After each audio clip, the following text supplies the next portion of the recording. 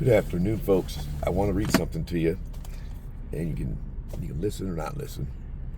All the stuff I try to share with you is stuff that I read that comes off very high people. That's very, very true stuff, right? I'm not trying to manipulate or fool anybody. What I'm trying to do is wake people up. So, we all know that we're supposed to be a constitutional republic, right? But every time we hear anybody screaming, they're always screaming democracy, democracy, democracy. So what you kind of can call it now is a democracy republic, a Democrat, or whatever you want to call it, a Republican democracy. The base and the framework is a Republican constitutional republic because, let me read it to you. The United States is often called a democratic republic because it incorporates democratic processes like voting to choose representatives. It operates under a Republican structure where elected officials follow the Constitution. This is very key. The Constitution is the supreme law protecting individuals' rights from being overruled by majority vote. The Founding Fathers were very pure democracy, fearing tyranny of the majority. That's why they established a republic where laws and individual rights are always protected, even if its majority would vote otherwise. Why democracy is emphasized. Over time, the term democracy has become shorthand for the idea of popular participation and voting. Politicians and media often use it because it sounds more exclusive and people-driven.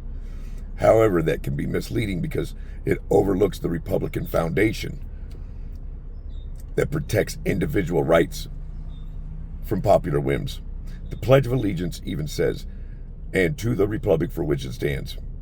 The problem with relying solely on elected politicians, we all know this, you're right to point out that even in a republic there's a risk when politicians do not represent the people's interests. Corruption and influence. Sometimes elected officials prioritize lobbyists or special interests over the public good. Do you think? Lack of accountability.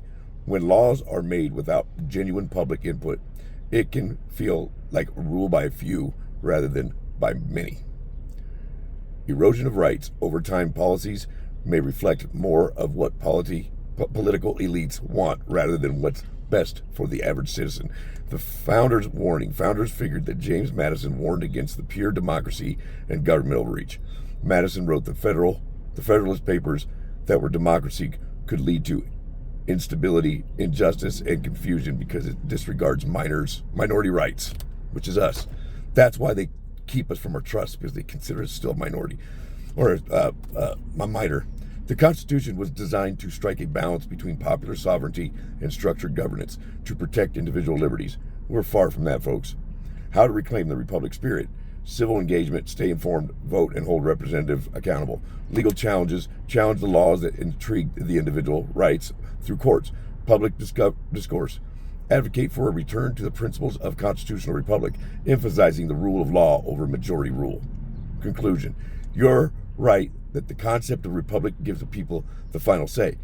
Not just that the politicians' challenge today is that the language of democracy often overshadows the principles of Republican governance, leading to a sense that elected officials act without real accountability.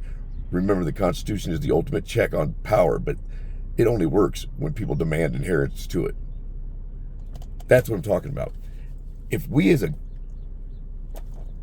republic, as a country, as we the people, don't enforce our politicians and our government to follow the Constitution, we're as good as done.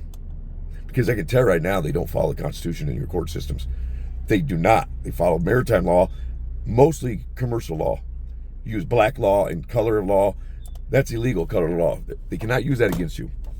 But they do it because we're not uninformed, and we don't pressure and put the heat on them because we're too busy fighting amongst each other. You guys want to get everything we have back and stop blaming Trump or Biden or whatever you want to call it, because that's the problem. Instead of blaming ourselves for not making them enforce the Constitution to the fullest degree instead of letting them slide by just because we're not maybe in trouble. Boy, I got news for you, boy. It can happen to anybody. It can happen to anybody wrongfully. And that Constitution would have kept that from happening. Being wrongfully charged or being wrongfully accused of something, and then they use shit like constructive possession and shit like that, which is completely bullshit. So I'm just giving you a heads up. We're not a democracy, folks. They fucking try to instill it, but we're a fucking republic. And that makes us more powerful when we fucking follow that structure, which means the Constitution or even common law. None of this other bullshit that they fucking use. They don't ever use constitutional law in our courts. Check it out. God bless y'all.